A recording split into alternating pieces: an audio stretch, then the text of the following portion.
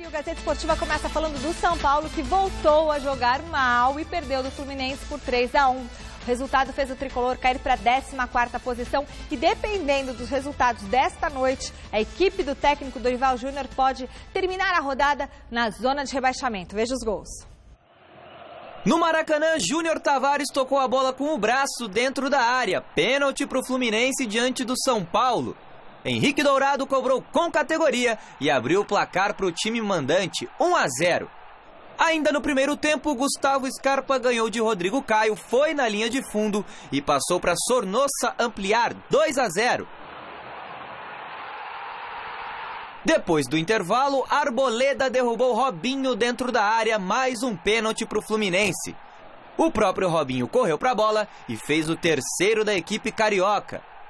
O São Paulo conseguiu descontar nesse gol meio sem querer querendo do garoto Shailon, mas ficou nisso mesmo. Final, Fluminense 3, São Paulo 1.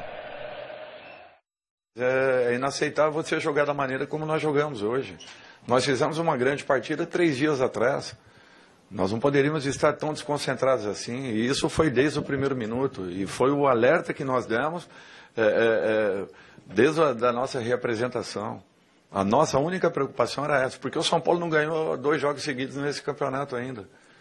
Então, teria que ter aprendido já com essa situação. Houve uma apatia geral. Tanto é que no intervalo eu poderia fechar os olhos e de repente fazer 3 alterações que não teria problema, pela maneira como nós nos comportamos.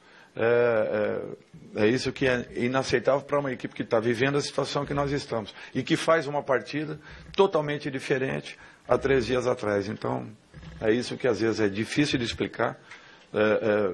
Volto a dizer, a responsabilidade ela é toda do treinador, só que é natural que você sempre crie uma expectativa em relação àquilo que você tenha visto no jogo anterior.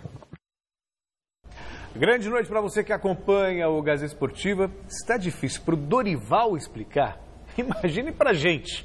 Poxa vida, o São Paulo há muito tempo é assim, né? Ele tira um pé da zona do rebaixamento, depois ele fica com os 2 pés na zona do rebaixamento, aí ele tira um pezinho, até que nas últimas rodadas conseguiu sair da zona do rebaixamento pelo menos 2 vezes, mas está prestes a voltar de novo, quer dizer. E é um time apático, tem as suas limitações, mas falta vibração, sabe? Eu não estou dizendo que os jogadores entrem em campo com má vontade. Eu acho que tem muito mais a ver com o peso psicológico da situação desagradável, de estar correndo o risco de rebaixamento, mas tem também uma apatia que é irritante. Eu fico imaginando para o torcedor são paulino assistir a partida contra o Fluminense, ver a maneira com que perdeu, e não adianta reclamar da arbitragem, os pênaltis foram bem marcados, não entendo até agora o que faz o Júnior Tavares colocar a mão na bola como fez, ou o Arboleda empurrar do jeito que empurrou, não faz o menor sentido. E no lance até do Rodrigo Caio com o Scarpa, né, que resultou no segundo gol, ok, se você observa assim no detalhe, você até vê que o Scarpa olhou para ele, mas também eu não teria marcado a falta também, quer dizer, com o recurso, você fica lá olhando, você pode supor que ele teve a intenção de encostar no Rodrigo Caio, mas nada que justifique. São Paulo perdeu por 3-1 e poderia ter perdido demais, é que o Fluminense recuou administrando o resultado no segundo tempo. Mestre Alberto Lena Júnior. Isso já diz tudo. Eu ainda preciso acordar da noite de ontem, que foi um tédio enorme. E isso depois de ter visto aquele Champions League, né? Liga dos Campeões, que é uma graça, gol, jogadas bonitas, dribles, passes. Meu Deus do céu, o São Paulo é muito ruim. O técnico acha que foi um grande jogo anterior. Com a vitória sobre o Atlético. Um bom jogo. Máximo. Mas isso revela o nível do futebol brasileiro atual. Quer dizer, um bom jogo, o cara já chama de grande exibição, de grande partida e tal. São Paulo é muito fraco. E ontem ele não podia ter substituído o Cueva, que é o jogador que faz o lançamento, o passe para final, né? E o Prato, que é o finalizador.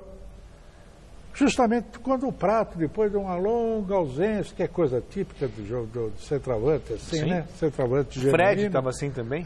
Todo centroavante que só sabe fazer gol, ele, quando entra em período de estiagem, nego, é logo. Depois começa a fazer gol atrás de gol.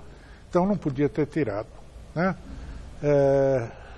Enfim, o São Paulo, tentando escapar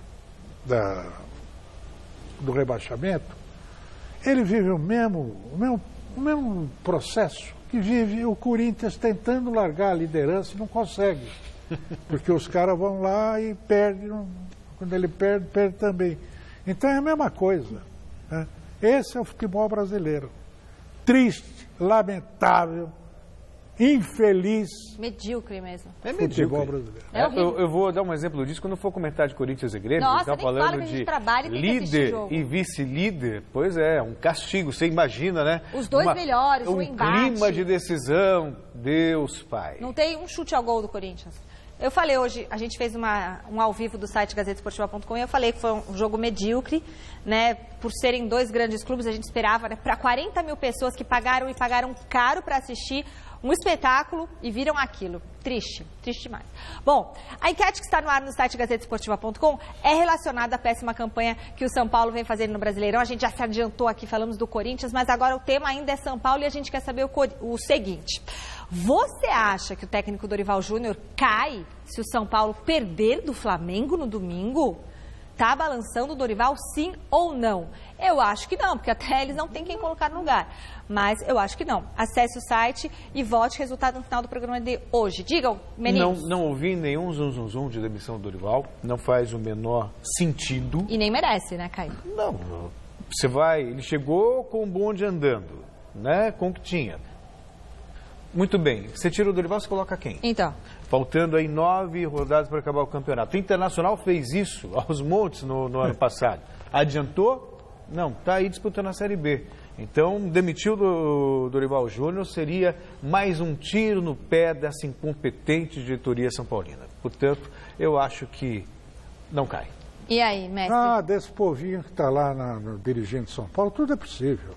Tudo é possível, inclusive a demissão do Dorival, porque eles têm que jogar em cima de alguém. Fizeram isso com o Rogério Ceni, fizeram... O São Paulo, nos últimos 10 anos, desde a amaldiçoada eleição do Juvenal Juvencio, lá atrás, que pegou um time que o super campeão, não sei o que, campeão do mundo, ele vai fazer a conta de quantos treinadores São Paulo mandou embora. E chegou num ano em que ele tinha mandado, o Juvenal tinha mandado os 4 embora. Aí ele disse assim, chega de mandar embora o treinador, eu vou comprar um time inteiro. Comprou 11 jogadores. Desses 11, sobraram 4 ou 5 para o ano seguinte. Quer dizer, é de uma estupidez, de uma falta de visão. De planejamento. De uma coerência, né? Que é possível que eles mandem embora mesmo, mas não merece. Não merece, porque inclusive a produtividade do time com ele, segundo as estatísticas, os índices aí, foi maior do que os anteriores. Exatamente. E tem uma outra coisa ainda ao encontro do que está dizendo o mestre. Eu me lembro que a última vez que o São Paulo manteve treinador foi o Muricy Ramalho, foi campeão brasileiro e tal. E aí, quando teve a demissão do Muricy, o falecido Juvenal, na época, muito arrogante, assim, Muricy só foi campeão no São Paulo por causa da estrutura. Aí ele foi campeão depois no Fluminense, no Santos. E ele pegou a estrutura e destruiu. Que era aquele refil extraordinário que São Paulo tinha, que era os melhores profissionais, e começou a mandar tudo embora. E foi campeão uma vez só, desde então, que foi aquela Copa Sul-Americana, naquele jogo contra o time argentino, com briga no vestiário e tudo mais. O peixe morre pela boca.